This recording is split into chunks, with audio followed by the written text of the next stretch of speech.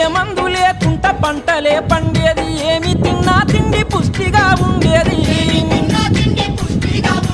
Polish వేసిన సన్న బియ్యం బువ్వ ఉప్పుతో 9 వేసి వండిన కూర.